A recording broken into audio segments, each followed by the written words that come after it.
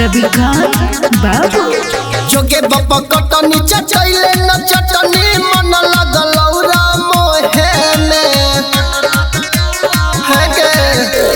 जोगे बाबा कटनी चचैले न चटनी मन लगल औरा मोहे में है गे, मन लगल औरा मोहे में। तोरा के कटैला पिलुआ पड़तौ गे छौरी ओहे में, तोरा के कटैला पिलुआ पड़तौ गे छौरी ओहे में। जोगे बाबा कटनी चचैले न चटनी मन लगल औरा मोहे में हे गे, मन लगल औरा मोहे में। तोरा के कटैला पिलुआ पड़तौ गे छौरी ओहे में, तोरा के कटैला पिलुआ पड़तौ गे छौरी ओहे में।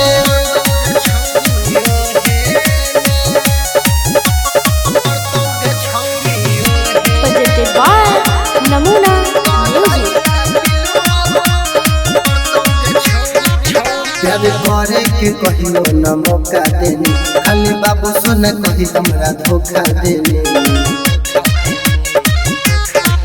प्यार करे के कहियो न मौका देनी, खाली बाबू सुन कही हमरा धोखा देनी। तोरी के दिलवा के नीची हतरी लाज लगैया न रोवे में हे गे, लाज लगैया न रोवे में। तोरा के कटैला पिलुआ पड़तौ गे छौरी ओहे में, तोरा के कटैला पिलुआ पड़तौ गे छौरी ओहे में। नमूना रिकॉर्डिंग स्टूडियो राजगीर।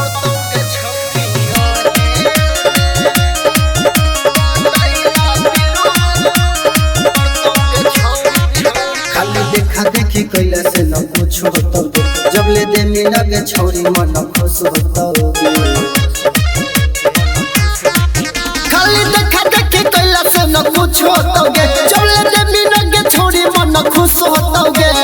अभिनेश प्रेमी राइटर मनीषा से दिक्कत हो का साथ सोबे में हे गे, दिक्कत हो का साथ सोबे में। तोहरा के कटैला पिलुआ पड़तौ गे छौरी ओहे में, तोरा के कटैला पिलुआ पड़तौ गे छौरी ओहे में। नमूना रिकॉर्डिंग स्टूडियो राजगीर।